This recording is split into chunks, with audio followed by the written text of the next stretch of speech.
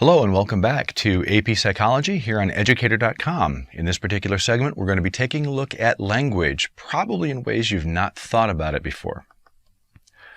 So first, from the College Board, we're going to be synthesizing how biological, cognitive, and cultural factors converge to facilitate acquisition, development, and use of language. Cool stuff coming up, actually.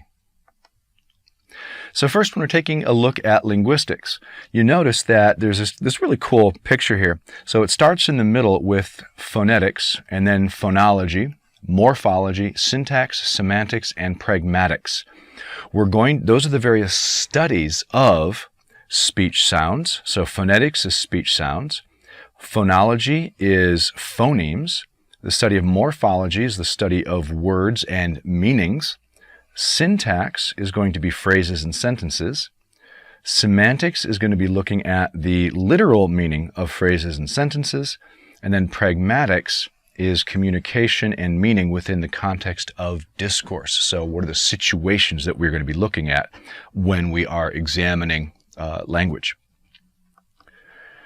So language is our spoken, written, or signed words and the ways we combine them to communicate meaning. If you are a person who is learning a second language, whether that is American Sign Language or Chinese Mandarin, Chinese Cantonese, whether it's Japanese, whether it's German, French, whatever the language, you will notice that there are some differences with those languages. And one of the ways that we know these differences is because of the way linguists have studied in the field of linguistics. And this is the scientific study of language.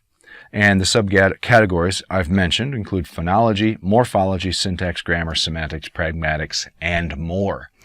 The field of linguistics is huge in terms of possibilities for what people can study. So first idea here is going to be the phoneme. With a phoneme, it's the smallest distinctive sound unit. B, A, T, Ch. Smallest sound units in a language. English uses between 40 and 50 phonemes depending on which part of the country we are from. And there are hundreds of phonemes that are used around the world. And this group of people right here, their name is the Kungsan. Kungsan. There is that clucking sound by moving the tongue in the mouth and a particular curl of the tongue with the roof of the mouth and moving it to the bottom of the mouth. And sometimes they're just called the Kungsan, but formally they're the Kungsan. This country right here, notice that there's a little apostrophe right up there between the two I's. A lot of people will be lazy about it and say Hawaii. But there's what is called a glottal stop. It's Hawaii. Hawaii. And it's literally where you stop in the back of your throat. Hawaii. And you stop the air from coming out. Hawaii versus Hawaii.